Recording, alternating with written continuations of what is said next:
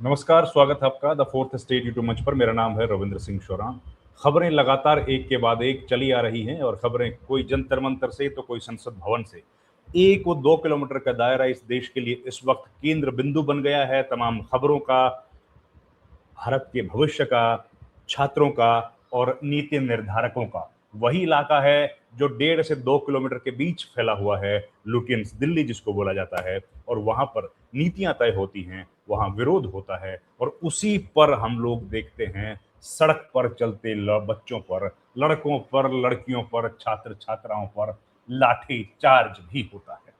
उसी लाठीचार्ज के बाद हम लोग देखते हैं कि नेता प्रतिपक्ष अपने तमाम सांसद साथियों के साथ प्रधानमंत्री का जो आवास है उसके बाहर जाते हैं। वहां पर वो घसीटे जाते हैं, खींचे जाते हैं, और उसके बाद उनको बिठाया जाता है दिल्ली पुलिस की गाड़ियों में और दूर छोड़ दिया जाता है। खैर, इसका रास्ता क्या है? इसका रास्ता है कि सदन के भीतर चर्चा हो। सदन के भीतर चर्चा नहीं हो पा रही है। तीसरा दिन है जो बर्बाद हो गया बिना किसी बातचीत के। आज भी तीसरे दिन हाउस अर्जन हो गया। एक दिन का खर्चा दोस्तों 9 से 10 करोड़ रुपए होता है।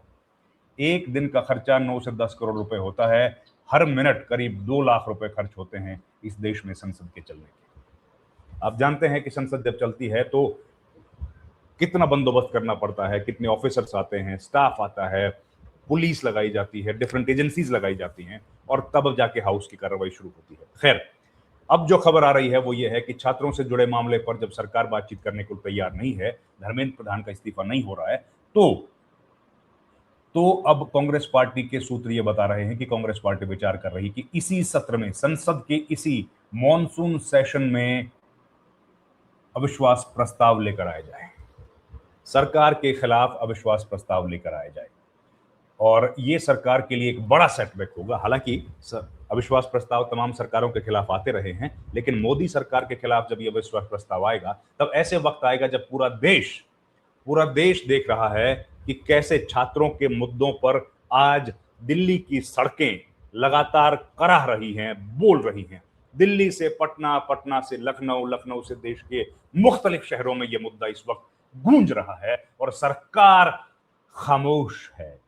सरकार की खामोशी सब लोगों के कानों को बहरा बना रही है। इतनी खामोश हुकूमत जो छात्रों के मुख्तलिफ महत्वपूर्ण मसाइल पर बात नहीं कर रही, उनके सवालों के जवाब नहीं दे रही, वो हुकूमत चुप है, सन्नाटे में है।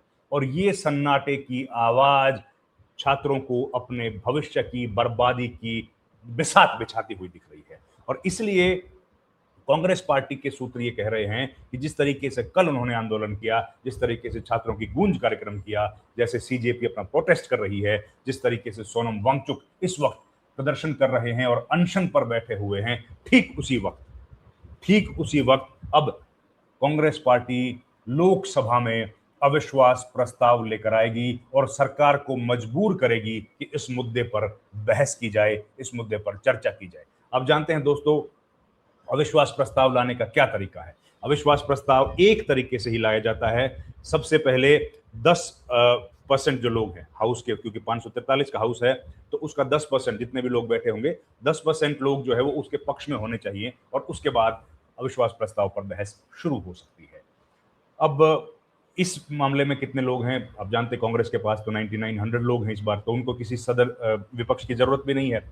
और विपक्ष के तमाम सांसद जो हैं वो अब कांग्रेस पार्टी के साथ खड़े हुए हैं इस मुद्दे पर लेकर, अखिलेश यादव समेत तमाम पार्टियां। इसका लाभ क्या होगा? इसका लाभ ये होगा कि अगर ओपोजिशन पार्टीज अविश्वास प्रस्ताव लेकर आती हैं तो उसमें जो फेंस पर बैठी पार्टियां हैं वो पार्टियां एक्सपोज होंगी। उनका क्या इस पर विचार है वो सामने आ जाएगा, क्योंकि वो एनडीए के साथ हैं या फिर वो कांग्रेस पार्टी या इंडिया गठबंधन के साथ है। एक दूसरा, एनडीए गठबंधन के जो लोग हैं वो लोग किस तरीके से काम कर रहे हैं, वो लोग छात्रों के हितों में उनके साथ हैं या नहीं है, छात्रों के खिलाफ हैं या छात्रों के साथ हैं, ये बात की भी तय होगी। तो ये एक तीर से कई शिकार करने की कोशिश कर रही है कांग्रेस पार्टी, और बार बार कोशिश कर रही है राहुल गांधी से लेकर के तमाम नेता की सदन के भीतर उनको बोलने दिया जाए। आज तो अखिलेश यादव खुलकर बोले और जबरदस्त बोले।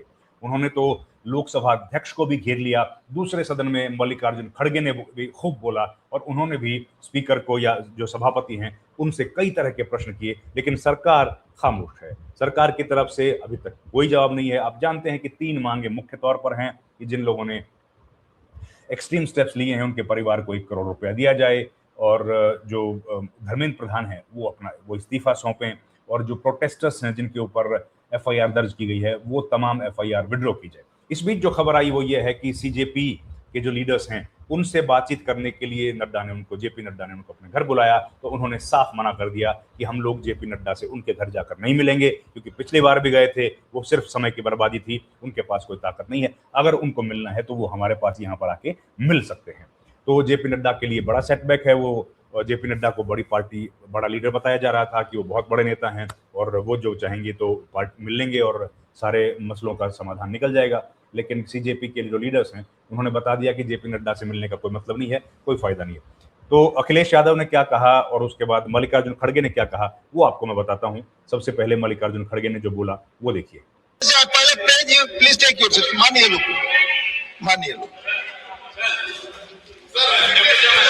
मल्लिकार्जुन खड़गे बोलने के लिए जो फर्स्ट मानिए लो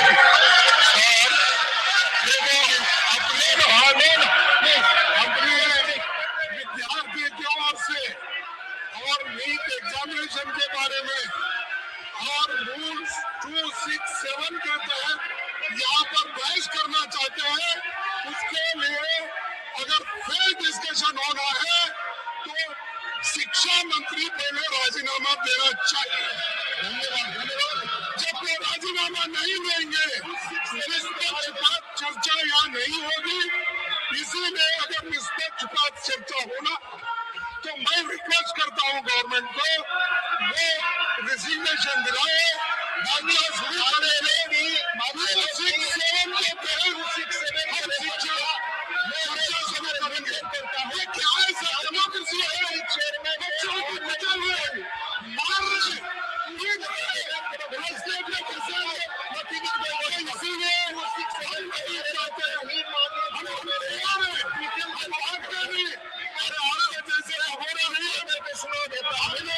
comprehensive ruling on Rule 267 is suitable in stations of। तो ये बोला कि भाई 267 जो रूल है लोक राज्यसभा का उसमें चर्चा करवाई जाए और सबसे पहले लेकिन जरूरी है कि जो शिक्षा मंत्री है वो इस्तीफा दें।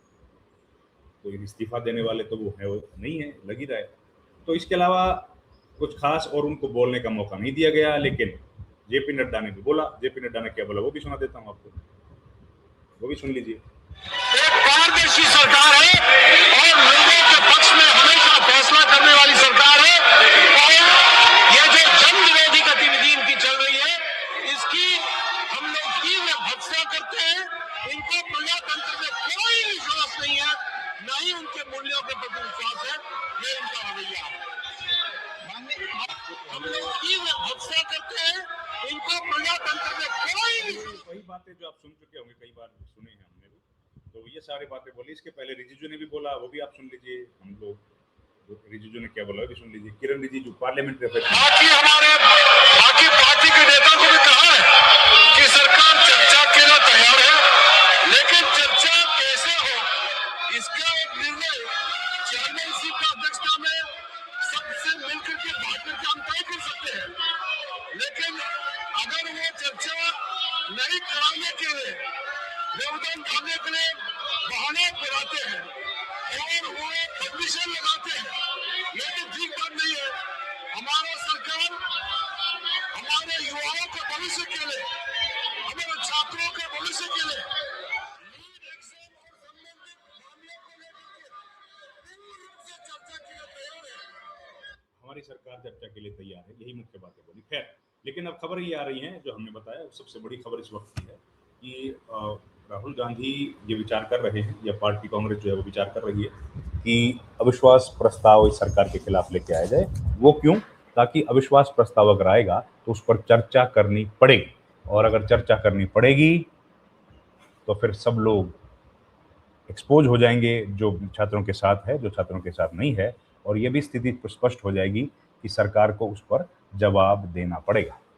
इस वीडियो में इतना ही। आपका बहुत बहुत धन्यवाद। Thank you very much. नमस्कार।